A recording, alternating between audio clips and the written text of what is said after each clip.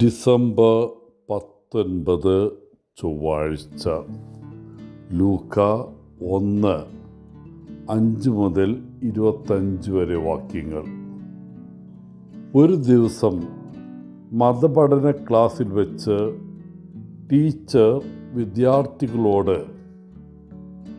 എങ്ങനെ ദൈവത്തിന് ഒരേ സമയം സ്വർഗത്തിലും പള്ളിയിലും ആയിരിക്കുവാൻ സാധിക്കും എന്ന് ചോദിച്ചു.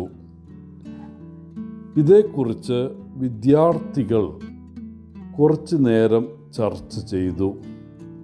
ഒടുവിൽ ഒരു കൊച്ചുകുട്ടി, അവൻ്റെ പിതാവ് ഒരു ഡോക്ടറാണ്, അവൻ പറഞ്ഞു, അത് ഒരുപക്ഷെ ഇങ്ങനെയാണ്: കർത്താവിൻ്റെ വാസസ്ഥലം സ്വർഗത്തിലും ഓഫീസ് പള്ളിയിലുമാണ്.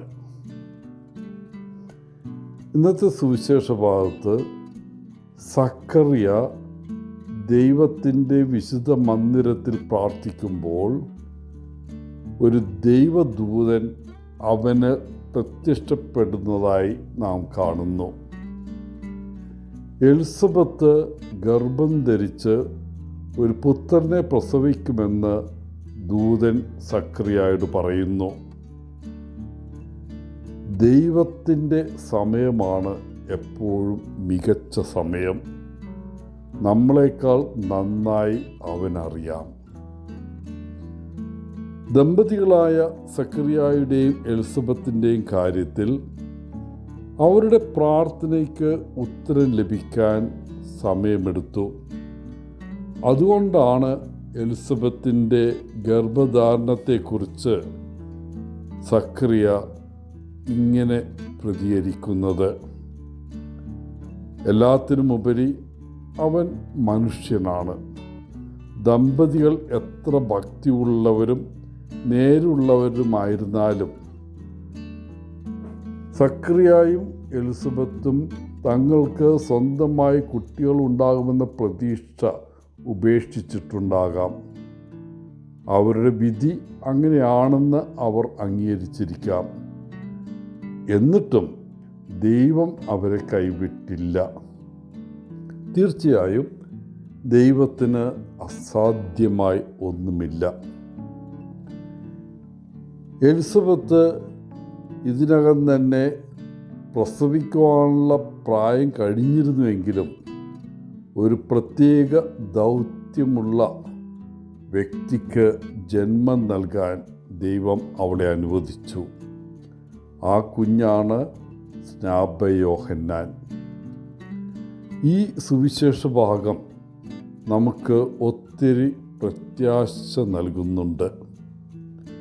ദൈവത്തിൻ്റെ കാലത്ത് എല്ലാം മനോഹരവും സത്യവുമാക്കപ്പെടും.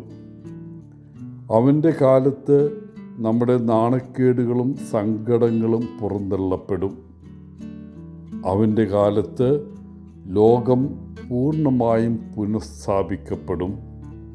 നീതിയും സമാധാനവും വാഴും. പ്രിയപ്പെട്ടവരെ, ഒരു മാലാഖയിൽ നിന്ന് സക്കറിയായ്ക്ക് ലഭിച്ച പോലുള്ളൊരു സന്ദേശം ലഭിച്ചാൽ നമ്മൾ എങ്ങനെയായിരിക്കും പ്രതികരിക്കുക? മിക്കവാറും നമ്മളും വലിയ അവിശ്വാസത്തോടെ ആയിരിക്കും അത് സ്വീകരിക്കുക. ഭ്രാന്ത് പിടിക്കുകയാണോ എന്ന് പോലും ചിന്തിച്ചേക്കാം. എങ്കിലും ചില സമയങ്ങളിൽ ദൈവം വിചിത്രവും അതിശയകരമായ രീതിയിൽ പ്രവർത്തിക്കുന്നു. ഒരുപക്ഷെ നാം അവിശ്വാസികളായിരിക്കുമ്പോൾ ഈ സുവിശേഷ ഭാഗം വീണ്ടും വായിക്കണം. ആർക്കറിയാം, നമ്മുടെ ജീവിതത്തിൽ അത്ഭുതകരമായ പ്രവൃത്തികൾ ചെയ്യാൻ ദൈവം ആഗ്രഹിച്ചേക്കാം. നമ്മൾ ദൈവത്തെ വിശ്വസിക്കുമോ അല്ലെങ്കിൽ അവിശ്വസിക്കുമോ?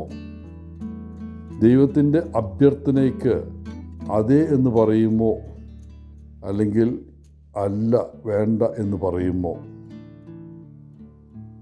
നമുക്ക് ഇങ്ങനെയുള്ള സന്ദർഭങ്ങളിൽ സക്കറിയായോടും എലിസബത്തിനോടും പ്രാർത്ഥിക്കാം. അവർ നമ്മുടെ സഹായത്തിന് വരും. ദൈവം നമ്മെ വിളിക്കുന്നുവെന്ന് വിശ്വസിക്കാനും അവർ നമ്മെ സഹായിക്കും. എല്ലാവർക്കും നല്ലൊരു ദിനം ആശംസിച്ചുകൊണ്ട് ഒത്തിരി സ്നേഹത്തോടെ പോളച്ചൻ CSSR ഫ്രം കേരള.